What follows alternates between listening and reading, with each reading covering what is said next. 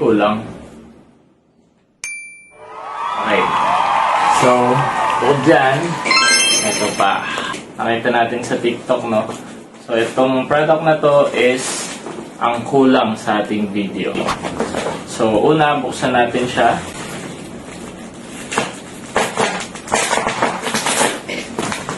Balot na balot siya, guys. So, apat na bubble wrap yung balot niya, guys.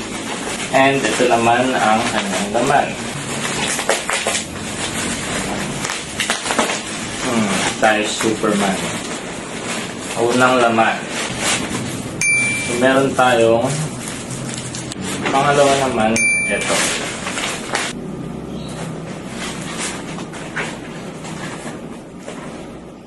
Meron tayo dito, guys. Meron tayo ditong payong. And guys, so meron tayo ditong payong. Matibay na payong to, guys, ha. Kailangan nyo lang siyang hawakan dito. Kamay nyo yung magiging hawakan nito, guys. Siyempre, biro lang. So, itong binili natin, guys. Ito ang kulang sa video natin, no?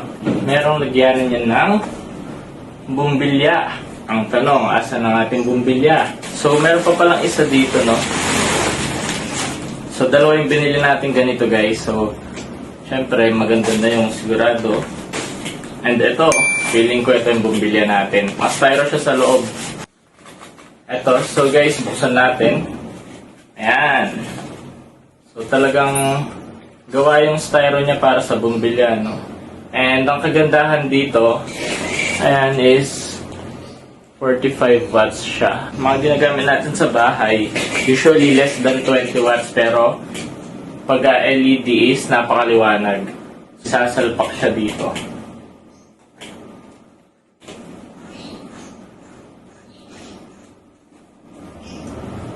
Yan.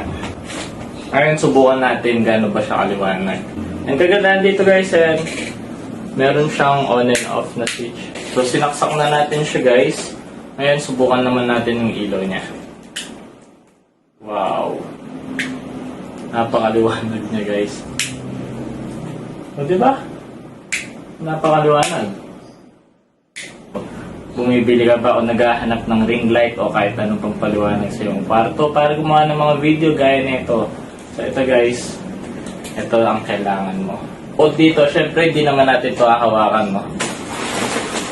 So, meron siyang kasama dito na stand. Yung mga ring light natin dyan, may stand, di ba? Siyempre, ito, hindi rin mawala ang kanyang stand, guys. Ang kagandahan dito is napakataas niya. Ayan. Meron pa siyang itataas. Napakataas niya, no? So, 5'6" height to, guys.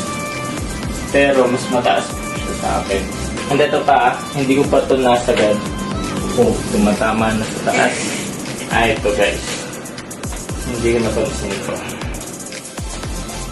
Ayan. Meron pala siyang lock dito. So, kaya may fit siyang hinihila kanina. Ayan. Pero kung mapapansin nyo, guys, pagka ganito siya, pag sinagad natin, medyo wala yung balance niya. So, medyo ibuka natin siya, guys. Ilagay na natin to. Tap pa natin to. Isa. Meron siyang mounting dito, guys. Gawangan natin ito. Ito, meron siyang thread dito. Meron siya dyan. Siguro pwede ito sa mga cellphone holder natin, no? So, ilagay natin. Once naipit na natin siya, guys, meron naman siyang lock dito. Ayan. So, na-steady na natin siya. So, tanggalin natin pagkata-hihit. Pwede siyang imuko ng ganyan. Pagka mataas yung setup natin nito, pwede mo siyang iyuko. Or pwede rin naman, kung sa taas na ang binibidyohan mo, or kailangan mo ilawan, ayan. Pwede po siya. Ayan, no? Napakaliwanag.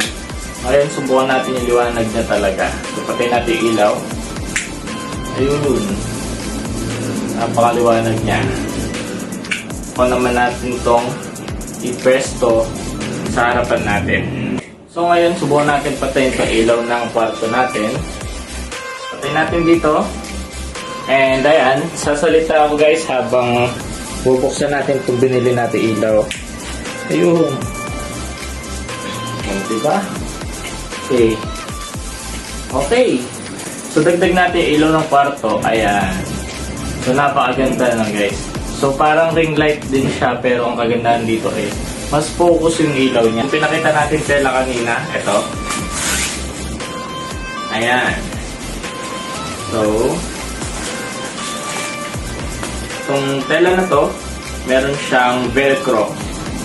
Ngayon, saan ba ilalagay itong velcro? So, meron siyang velcro dito guys, sa may likuran. So, buwan natin ilagay, no?